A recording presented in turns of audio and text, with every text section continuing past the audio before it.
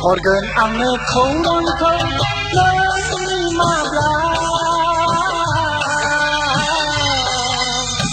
Tesi du bao tum bari mình thấy ghê la Organ ang khâu nơi mà bla Tesi du bao tum bari mình thấy ghê la Maaflah di somaikan Beda sindurkan Mengapalah Maaflah di somaikan Beda sindurkan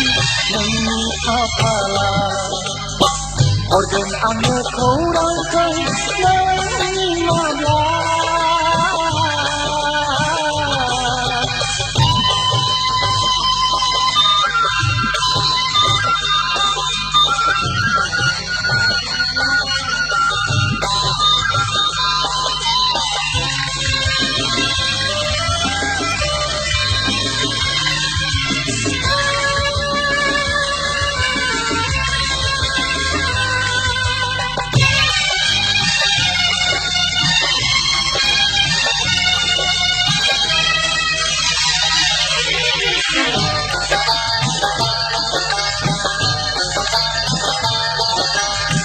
Opinai di barang Keseni dorkongan Dau bener paraki Menggaya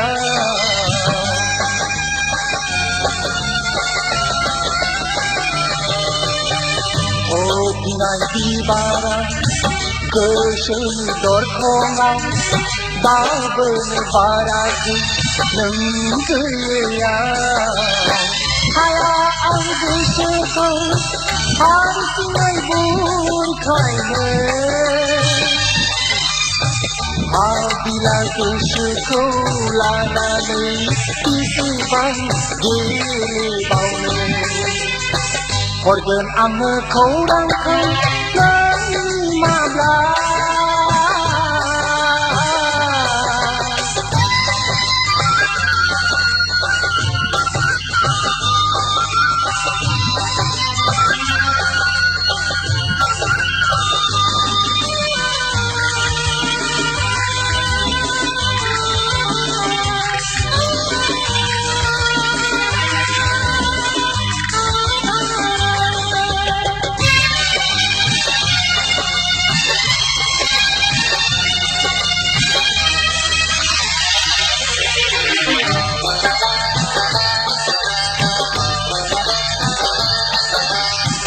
Megoni peisaliam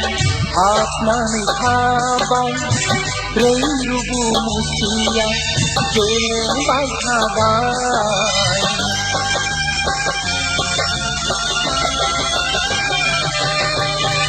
Megoni peisaliam Hasmani habang Reirubu musia Jeleng baik habang Nang kau sebelah Tuhan Mengon media Berhijab lama Om nang ku bersetangga Kita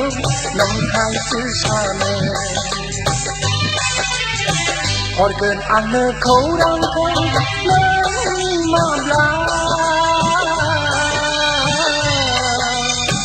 Desi kebau kembali Menghidupna Organ anak kurang kau Menimablah Desi kebau kembali Menghidupna Maaflah disomaikan Beda sindurkan Menikapalah Maaflah disomaikan Beda sindurkan Menikapalah Organ anak kurang kau Menimablah